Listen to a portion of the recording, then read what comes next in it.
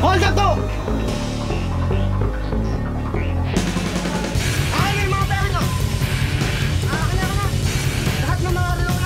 Pag may holdapan, ano ang gagawin mo? Mahirapan siya sa akin. Duduguin niyo. Malalaban ka, kuya? Siyempre, bakit hindi? Pagkakaya ko, pagka hindi, takbo na. Bago ka tumakbo, pakinggan si Orlando Villaseñor, Vice President ng Tough Guys Full Contact, sa ilang safety tips para maiwasan ang pang-hold up. Kung kayo'y nag-iisa, huwag kayong pupunta ron sa mga madidilim na lugar, mga eskinita. Kung meron man kayong cellphone at nagte-text kayo, kasi nakafocus ka sa cellphone, dapat conscious ka sa paligid mo. Kung pupunta ka sa lugar, dapat inform mo yung relatives mo na nandoon ka sa lugar or kaibigan para alam kung ano yung whereabouts mo, kung nasaan ka. Sa sasakyan, huwag kang sasakay sa likod. Usually kasi yung mga gumagawa ng masasama, nasa likod yan. Pag may holdapan, lalaban ka ba? I-headbutt mo siya sa ulo, pagkatapos dito, simple lang, sa baba. Groin.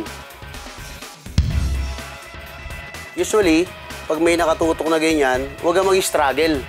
Kasi anytime, pwede ka masaktan, masaksak, or masugatan ka.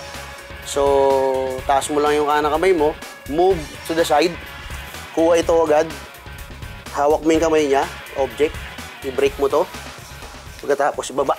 Okay. Taas mo tong kamay mo, then move ka rito pababa ng left, dito, sa papunta rito, and then kapit dito, okay, strike, 1, 2, siyempre yuyuko yan, nasaktan siya eh, yuyuko yan, baba.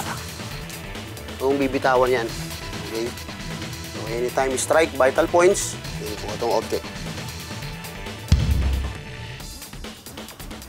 And then, side-stepping mo muna. Alisin mo muna yung katawan mo. And then, at the same time, nandun na yung kamay. Side-stepping, and then break. Press mo to. Sasama yan, kasi binali mo na yung kamay niya. Sasama yan. Alright? And then, strike.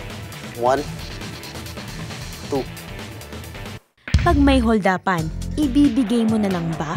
Kaligtasan ko, ibigay ko kung anong gusto niya yung halimbawa, gusto niya cellphone, pero ibigay ko. Bigay ko na lang, kaysa naman sa buhay.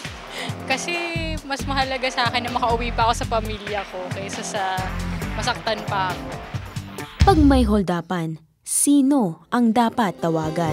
Pagka nagpipray tayo, inaas natin yung kapangyarihan ng Panginoon na ingatan tayo sa ating mga pupuntahan. Takpan niya tayo ng banal niyang dugo at siya yung magdadirect sa atin. Sabi nga niya sa Psalms, I will instruct you and teach you in the way you should go. I will guide you with mine own eye. So ibig sabihin talaga napaka-importante na i-commit mo yung buhay mo sa Diyos na walang pag-aalinlangan. Ngayon at alam mo na, matatakot ka pa rin ba?